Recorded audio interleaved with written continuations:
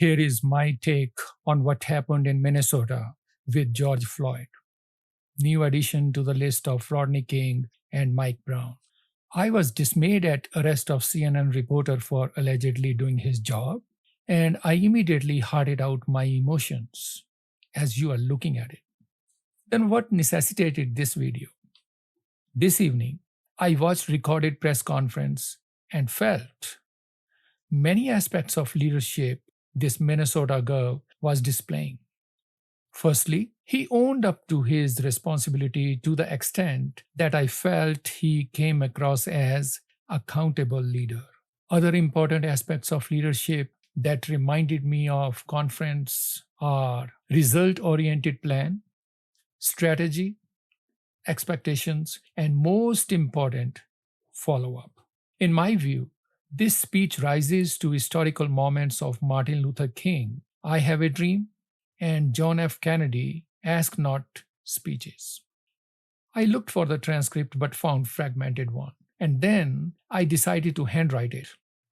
Without further ado, here is Minnesota Gov and word-to-word transcript. Last night was not that. What the world has witnessed since the killing of George Floyd on Monday has been a visceral pain, a community trying to understand who we are and where we go from here. I'm joined today by Attorney General Ellison, by Major General John Jensen, the Adjutant General of the Minnesota National Guard, Colonel Langer of the Minnesota State Patrol, and Commissioner John Harrington. I spoke this morning with Reverend Jackson, who, much like Valerie, said a prayer for our state, said a prayer for over those grieving, said a prayer for peace, and then also said something very important.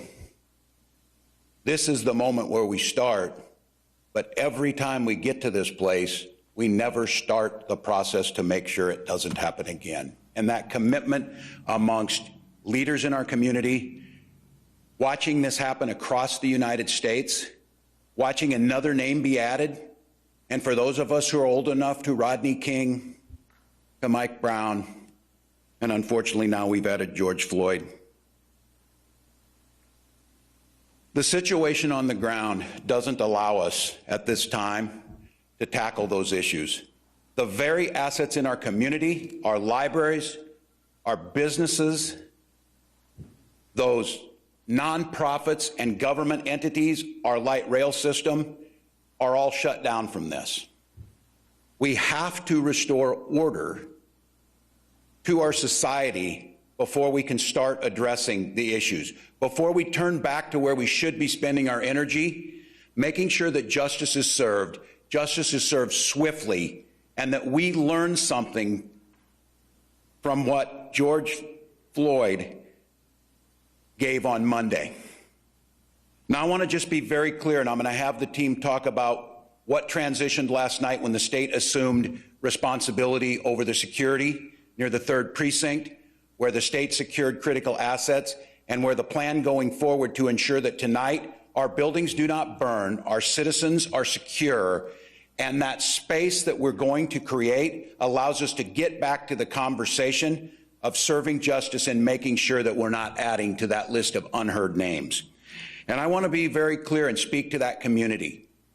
The very tools that we need to use to get control, to make sure that buildings aren't burned and the rule of law collapses, are those very institutional tools that have led to that grief and pain.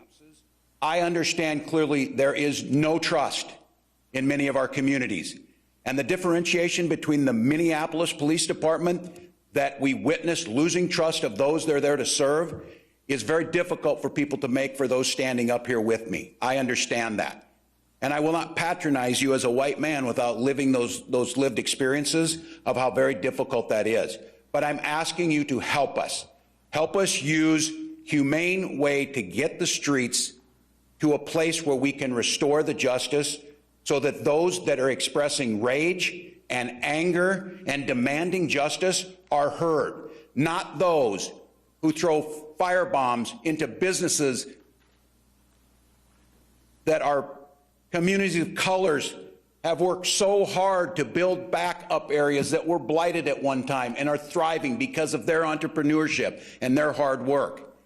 A library in an area where our children, as we know, are institutionally put behind, and the achievement gap for our communities of color is a shame on this state that we continue to admire by talking about and don't repair it.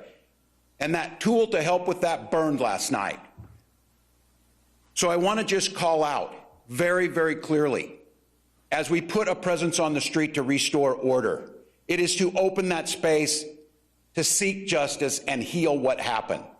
I will not in any way not acknowledge that there's going to be that pain, but my first and foremost responsibility to the state of Minnesota is the safety and security of all citizens. We cannot have the looting and the recklessness that went on. We cannot have it because we can't function as a society, and I refuse to have it take away the attention of the stain that we need to be working on is what happened with those fundamental institutional racism that allows a man to be held down in broad daylight, and thank God a young person had a camera to video it, because there's not a person here or listening today that wonders how many times that camera's not there. These are tough questions. These are things that have been brewing in this country for 400 years. We have people out there putting themselves on the line to try and put out fires in our firefighters that are under attack. Those are the things I'm asking you. Help me restore that order. We will do that under state leadership and state guidance. You will hear directly from them of once that decision was made around 12:15 last night, and that first mission was executed around 3:45 at the 3rd precinct, we will see a difference. So I'm asking you, and you'll hear from them, to talk about this. I also want to think about what happens when we don't have that. People who are concerned about that police presence of an overly armed camp in their neighborhoods that is not seen in communities where children of people who look like me run to the police, others have to run from. So I understand that that's out there. But last night I got a call from a friend and a dedicated public servant. Senator Torres Ray called in her district, and it was on fire. And there weren't any police there. There weren't any firefighters. There was no social control, and her constituents were locked in their house wondering what they were going to do. That is an abject failure that cannot happen. We must restore that order to that. Senator Torres Ray has fought her whole life on these issues of inequities and making sure that people's voices are lifted up. But what she understands is none of us can lift those voices. None of us can tackle these problems if anarchy reigns on the street. I also want to address an issue, and this one is on me, and I will own it. Earlier this morning, when this mission was carried out under my direction to resecure the 3rd precinct, to do so in a manner which I am proud of how it was executed by this team, no injuries and no loss of life, a reestablishment to put the fires out for those businesses. A CNN reporter crew was arrested by the State Patrol. A few minutes after hearing that, I was on a call with CNN President Jeff Zucker, who demanded to know what happened. I take full responsibility. There is absolutely no reason something like this should happen. Calls were made immediately. This is a very public apology to that team. It should not happen. And I want to be clear for those of you listening. I think our Minnesota's reporters know this. I am a teacher by trade, and I have spent my time as governor highlighting the need to be as transparent as possible and have the press here. I failed you last night in that. And it does not escape me that we are here on the catalyst that lit this spark by what happened with a police detainment of George Floyd, and the idea that a reporter would have been taken while another police action was in play is inexcusable. So to CNN, to the CNN team, to the journalists here, this is about having a plan, and that's what these folks are going to talk about. This is about having an aggressive approach to understanding what the community needs, to not coming in heavy-handed with them, but to create space where the story can be told. In a situation like this, even if you're clearing an area, we have got to ensure that there is a safe spot for journalism to tell the story. The issue here is trust.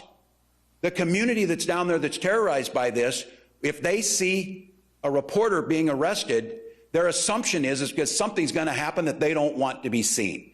And so that is unacceptable. We will continue to strive to make sure that that accessibility is maintained, that not only that, the protection and security and safety of the journalists covering this is a top priority, not because it's a nice thing to do, because it is a key component of how we fix this. Sunshine, disinfectant, and seeing what's happening has to be done. So again, I appreciate President Zucker's call. I appreciate his understanding in a situation that he was rightfully incredibly angry, and that falls squarely on me. That apology has been issued, and I think going forward to make sure it doesn't happen again. It's time for us to clean our streets. It's time for us to execute today in a way that shows respect and dignity to communities. I'm going to ask for a lot of help today of those folks who want to see it. It is my expectation that justice for the officers involved in this will be swift, that it will come in a timely manner, that it will be fair. That is what we've asked for. I have been in contact with Hennepin County Attorney, and I am confident that those very things I just said will happen. We will continue at the BCA to do a fair, a full, and a swift gathering of all of the evidence involved. But I would reiterate again, for so many of us, not all that's done in every other case where all of that evidence is gathered before, and I would ask that the swift justice be carried out. So Minnesotans, your pain is real. The chapter that's been written this week is one of our darkest chapters, and we can choose a few things. We can choose to try and get past this. We can choose to put a force out there and stop things from happening. We can hope that in the midst of COVID-19 or something else, it passes by, and we don't have to turn that mirror to look at the harsh reality of those underlying gaps, whether it be healthcare disparities, whether it be educational disparities in our communities of color, whether it be policing disparities in our community of color, whether it be wealth acquisition in our communities of color, are all very real. We pride ourselves on a state of openness. We pride ourselves on a state of being friendly. I've talked a lot about One Minnesota. That wasn't on display last night. I don't naively think everything heals and you come to the forefront and you say it'll be better. This is a community that demands and should expect more than words. They should expect results. Lieutenant Governor Flanagan and I have tried to make equity the center of everything we've done. But obviously in Minneapolis on Monday night, there wasn't a lot of equity for George Floyd. His family is probably wondering where the One Minnesota is for them.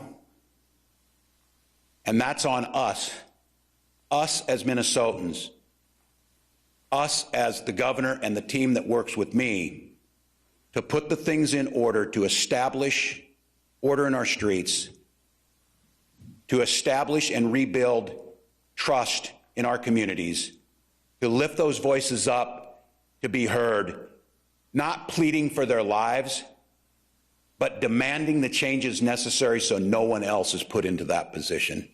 So I would like at this time to turn it over to Minnesota's Attorney General, Keith Ellison.